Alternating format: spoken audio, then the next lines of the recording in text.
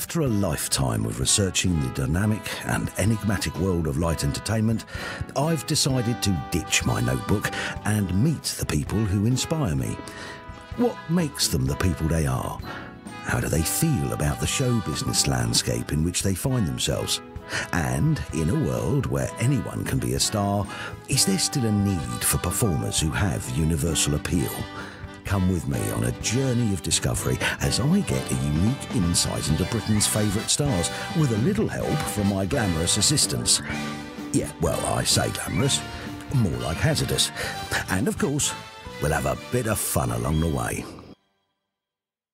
Celebrated author and former member of the European Parliament for White and Hampshire East, Stanley Johnson, came to public attention in 2017 when he was revealed amongst that year's lineup of ITV's heavyweight I'm a Celebrity, Get Me Out of Here. This was then followed by a trip to India for BBC One's The Real Marigold Hotel, alongside actress Stephanie Beacham and the Crankies. I caught up with Stanley ahead of his most southerly stop of his new book tour to talk politics, literature and the secret to getting old gracefully. Ladies and gentlemen, Mr. Stanley Johnson. Let's get the politics out of the way first. You were member of the European Parliament for White and Hampshire East. That's from right. 1979 to 1984. What did this teach you about the Isle of Wight and its relationship with the rest of Great Britain? I realised that this was such a special place, and I was immensely privileged to be the member of the European Parliament for the Isle of Wight. I've got to tell you, I had a very substantial political majority. I think I had 95,000 majorities, so that was almost a record. And I was very, very intrigued by the relationship between the Isle of Wight and indeed, of course, between Hampshire. I was also the MEP for East Hampshire. Taking the question of the relationship between the Isle of Wight and the rest of Britain, I would say that Isle of Wight really does have a really distinctive personality, no doubt about it. You are very lucky to be here. Yes, great place. Your paternal grandfather, Ali Kemal, one of the last interior ministers of the Ottoman Empire government, was assassinated during the Turkish War of Independence. Now, how do you think this laid the foundations of your interest in politics? This is an interesting question. I'm very proud of the political life of my tertiary grandfather, which was ended, of course, prematurely. He must have been 53 when he died, and I'm much more than 53 now. He was a man of conviction, and he actually thought that Turkey staying close to Britain was a good idea, and to that extent he sowed the seeds of his own destiny, because he was abducted and assassinated by people who believed that Turkey had a nationalist future, and of course that is the future which resulted. Now, politics is obviously constantly changing, and in recent times I guess you've had more of a vested interest. What have you made of Boris's rise to fame? I'm absolutely proud of Boris's political career. I'm proud, by the way, of his journalistic career and his writing career. He is a multi-talented person. By the way, he's a good painter too.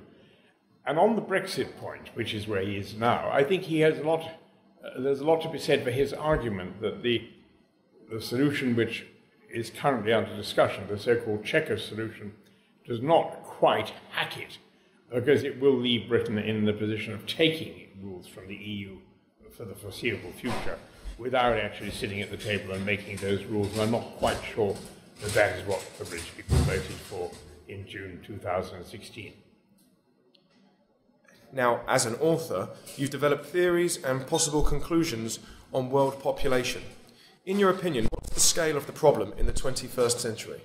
I would say the population problem remains top of the list of international priorities. When I first started thinking about world population, the whole population was 2 billion.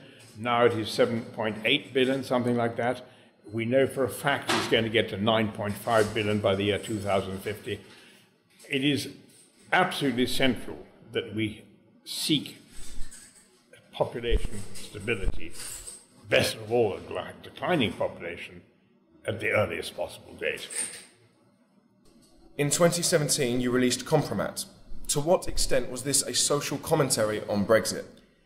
This was very much a political and social commentary, or you might say it was a kind of satire as to how Brexit happened and how President Trump got elected in the United States. That said, it's not meant to be a heavy satire, it's meant to be a readable, enjoyable, fun book, and I hope people find it to be so. I think they are, judging by the crowd you drew today as well. It was quite a crowd. Later that year, you made the somewhat surprising decision to appear on ITV's Heavyweight, I'm a Celebrity, Get Me Out of Here. Now, what was your initial reaction on being offered the show?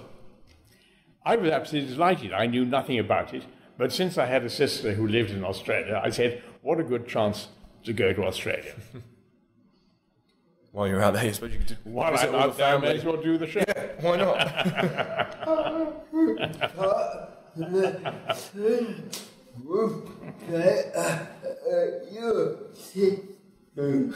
Josh said, the food must have been better at your sister's.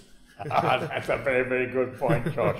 That's a very good point. The food was not very good in the jungle, including kangaroo tails. Nice. A surprise union between you and reality star Toff was one of the most enduring aspects to the show. Now, why do you think you two made that chemistry? Well, that's very funny. I mean, obviously, viewers see the show. I have not seen the show, so they've seen the chemistry. Yes, I was absolutely very, very fond of Toff. I'm fond of them all. And I'm absolutely delighted that she saw in this enfeebled old man something worth being amused about. As you can rewrite enfeebled old man. That was just my being ironic. Right. I didn't really consider myself. I was going to say, no one feeble goes into the jungle. No. And she's also reviewed the book as well, hasn't she? I noticed that. Toff, look at that. She got it on the back there. What did she say? I wish we had been able to take this book into the jungle. Stanley's Compromat is a superbly funny satire on recent events. Yeah. Fantastic. Have you seen her reality show, The Made in Chelsea? Yes, I have seen Made in Chelsea, and I even had 2 or 3 cameo roles in it. Oh, really? Yeah. Brilliant. I did 2 or 3 little bits in it.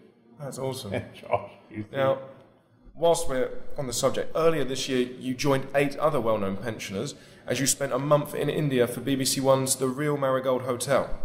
How did the country compare to your first trip over 60 years ago, and what was this able to teach you about the ageing process? Well, in terms of how did the country compare with my first trip over 60 years ago, yes, it seemed to be very much the same. I would say that the level of living, the standard of living had probably picked up quite a lot in spite of the continued rapid population growth in India. What was the second question? What was this able to teach you about the ageing process? No, I wouldn't say I learned anything about the ageing process in India. I didn't feel I've got to that point yet where I'm looking for lessons about the aging process, although I did notice that at least one of our group, who was a chap called Peter, was interested in the religious aspects, the Hindu aspects, the Buddhist aspects, and even the Sikh aspects. And when we went to the Golden Temple in Amritsar, I could see he was moved by that. Yeah. Well, maybe the time will come when I become more reflective, but I haven't reached that time yet. Okay. Now, looking back at your career, what is your proudest achievement? Well, I would still say that my proudest achievement was when I won at Oxford in 1962 the Newdigate Prize for Poetry. That for me, counts for a lot. And I'd say that I'd look back on that and say, Matthew Arnold won it, Oscar Wilde won it. Not even sure Oscar Wilde did win it. Yes, he did. He won it with a poem called Ravenna. They don't give it every year, and so I was very, very pleased to get it. What is next for Stanley Johnson? Well, I think I'll write another book. Maybe I'll write another thriller. Maybe I'll write a thriller based on my experiences in the jungle, called 10 Little Celebrities, something like that. That would be good. Slightly different as well.